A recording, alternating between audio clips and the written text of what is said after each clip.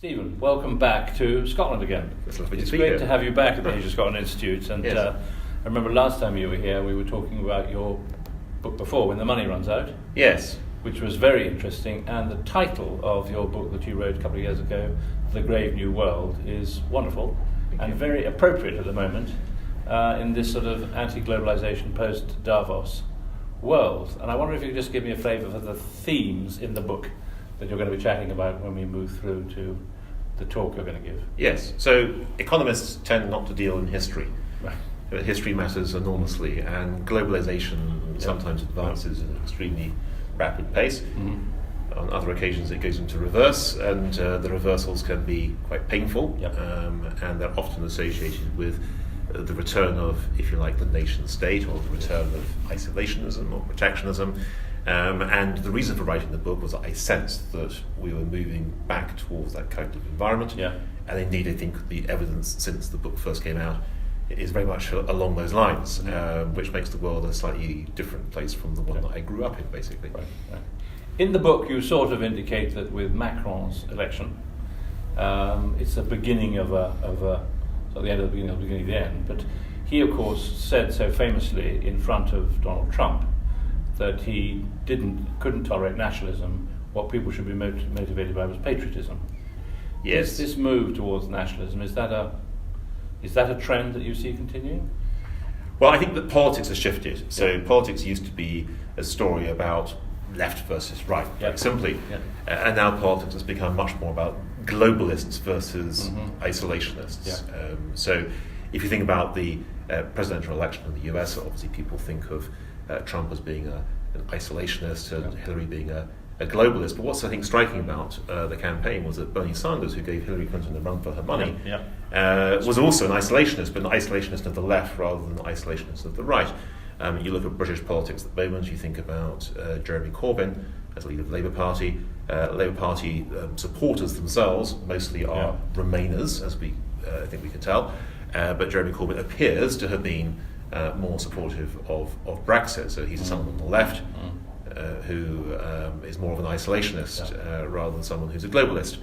And we're seeing this now across a wide variety of different countries, that politics is shifting towards this idea of some people willing to engage with the rest of the world, others willing to blame the rest of the world for their own country's difficulties. Mm-hmm. And the decision by the US administration not to enter into the TPP or to return from it opened up the way for China to sort of move in and fill a void in many ways.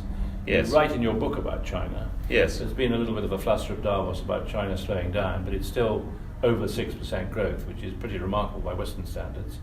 What's your view on China and China's role in global trade? Well, the growth rate's still pretty impressive, as you just said.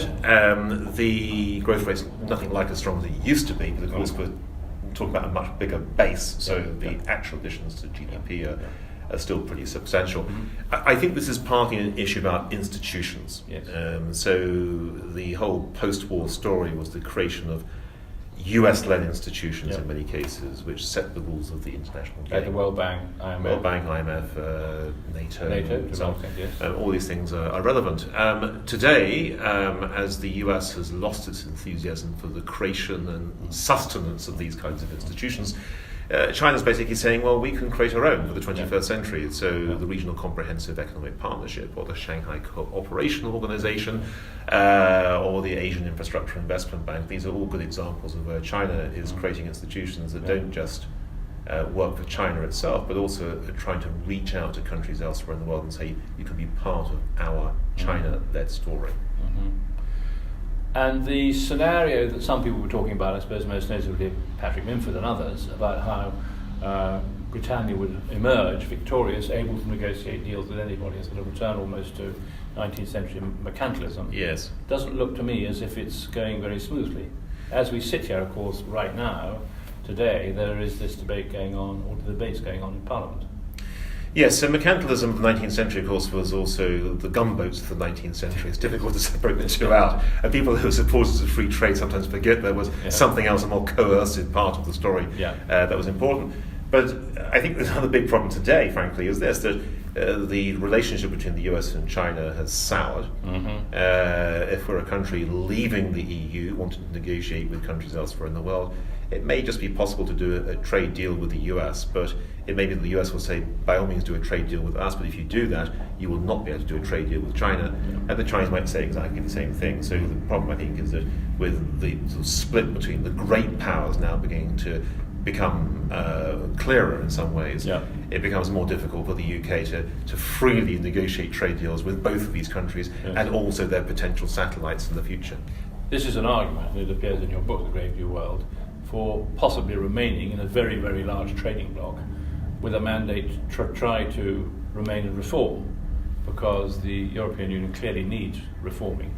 And its structure, indeed, of course, again, is a product of post-Bretton Woods age. And perhaps it's outlived its usefulness in its current format. Well, there are clearly things that have to change. Putting the UK to one side, the euro itself has certain weaknesses. If you were to design a euro that worked effectively, you would have the equivalent of Washington, London, or Beijing running fiscal policy, or there'd be a central fiscal authority, and that's missing. So that immediately creates problems in terms of living standards diverging between, say, Germany on the one hand and Italy on the other. So that, I think, itself is a difficulty.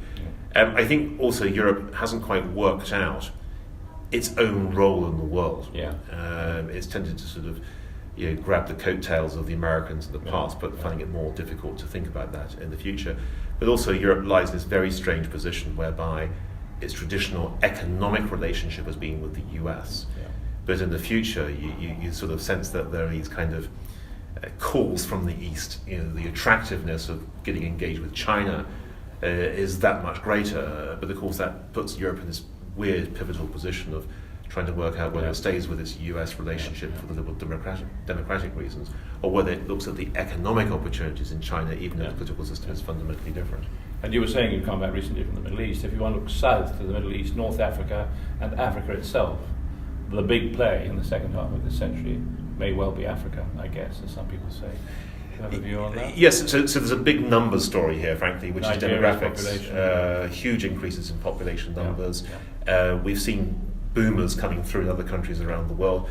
Africa is now going through the same kind of process. The fertility rates are coming down, but not as quickly as the reduction in infant mortality. So basically more kids live into adulthood. There are more people surviving, and the consequence is you end up with something of a population explosion. If you believe the United Nations projections, and of course these are only projections, but they basically say that Africa today accounts for about 15% of the world's population, but by 2100 it'll account for around about 40% of the world's population. Staggering. Absolutely extraordinary. And I think that there are a few things to mention here. One is, of course, that it's partly a consequence of shrinking populations elsewhere, so China, Japan, South Korea, Germany, Italy, Northern Europe in general, with all sort of shrinking populations there.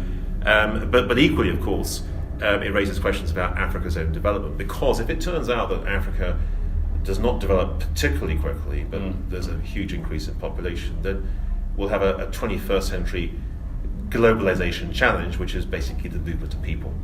Because if you're someone living in Africa and looking for a better life, you will go somewhere else. You'll migrate.